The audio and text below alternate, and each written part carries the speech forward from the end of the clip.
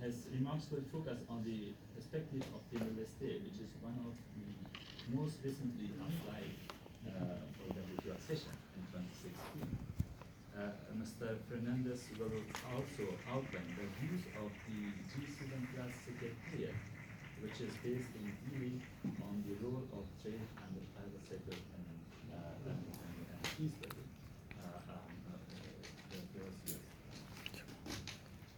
Thank you, Excellency. Excellency and dear colleagues, I have the honor to deliver this remark and share with you the insight of the government of Timor-Leste and also G7 Plus on the topic. The WTO Lead Aid for Trade initiative provides valuable assistance in advancing developing countries and in particular least developed countries capacity to enter into trade agreement.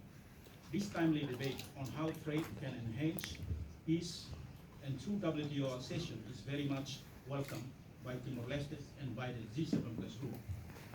Aware of the complexity of global challenge ahead of the international community and moreover, mindful that no country can or should be isolated from international arena.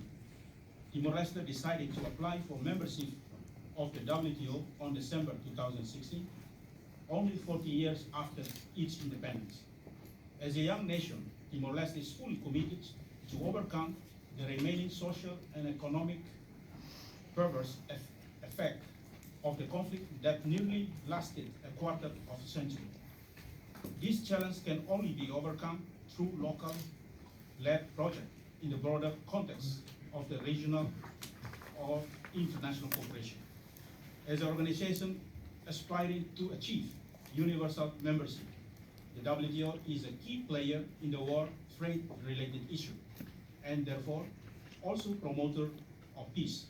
History has shown that this powerful organization and its predecessor have been constantly faced with trade disputes with the potential to amount of conflict situation. Is this true? The constructive dialogue that occurred in this room and through the established dispute settlement mechanism that WTO strives to find a sustainable solution.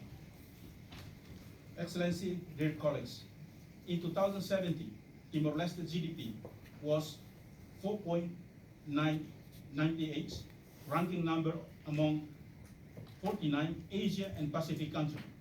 By 2019, Timor-Leste GDP is expected to grow 4.8%. Timor-Leste is working to progressively diversify its economy and to realize its full capacity. In 2017, the gross national income was 6.3 billion PPP dollars, as our economy is based primarily on oil revenue and agriculture. It is now time to explore new potential and increase our trading capacity, as we import more than we export. And as an example, only 25% of rice growth in Timor-Leste is traded. But recent data has shown as a substantial progress in the extractive industry transparency initiative standard. When it's come to the private sector, my government is engaged in a program of deep reform to set up the one-stop shop, allowing easy access for businesses. We are also exploring new technology, such as e-government portal, as a way to provide for an efficient alternative for interaction with the government.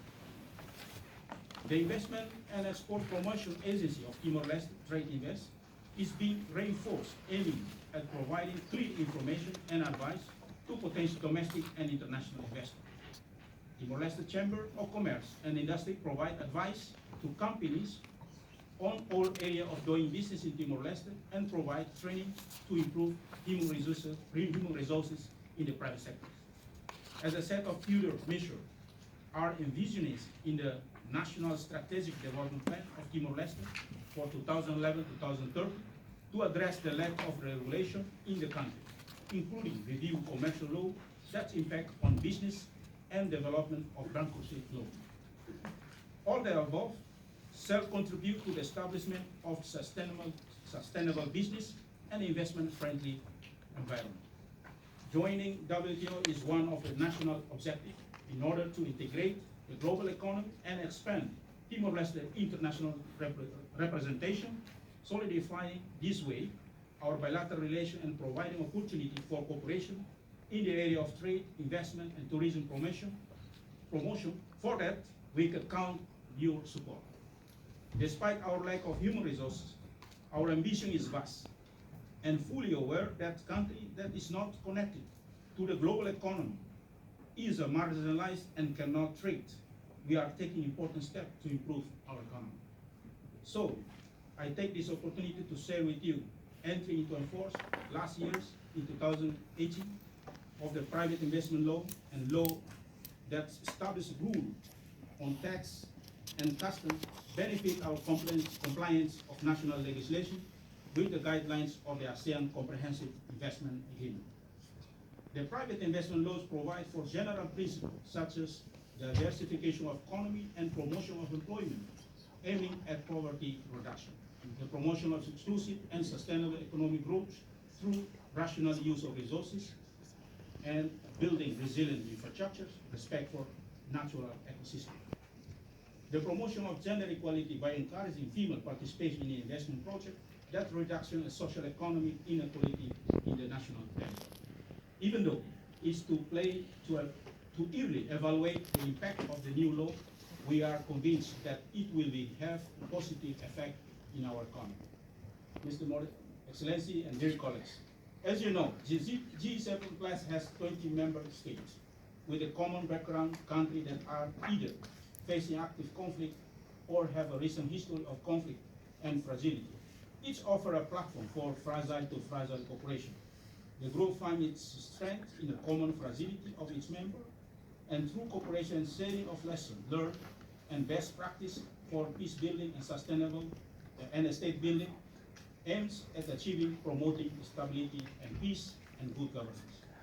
Trade can assist countries in the post-conflict recovery and development, as well as to prevent conflict, as the G7 Plus member states are working towards building economies resilient.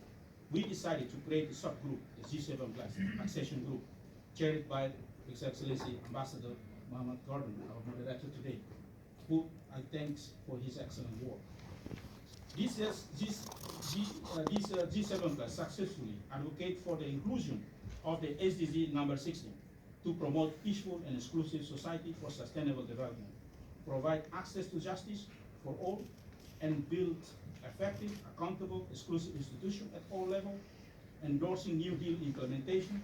G7 Plus countries have reiterated the commitment to focus on new way of engaging, to support exclusive country-led and country-owned transition out of fragility based on country-led fragility assessment developed by the G7 Plus with the support of international partners. In this context, Timor-Leste has shared its experience on democracy and political reconciliation. In fact, not only Timor-Leste, but other countries of the group are very successful in building stable institutions and resilience. Bearing in mind that conflict, fragility, and weak institutions can undermine sustainable development outcomes, the eminent person of the group, Mr. Kairala Sanan Guzman, last week in Lisbon, expressed his view that this goal should be, in fact, SDG number 1, as all the other goals cannot be achieved without peace. To conclude, I wish to stress that each fragility situation is unique, and that is why states need solutions that are locally led and supported by regional and international institutions. From the beginning, the G7 Plus has advocated for the importance of reconciliation. In its view, without reconciliation cannot have long-term peaceful society and reach the full potential, and this includes their economic potential. When facing conflict or post-conflict scenario, humanitarian actions are no longer sufficient. States also need assistance in building resilient and reforming their national social, legal, and economic system.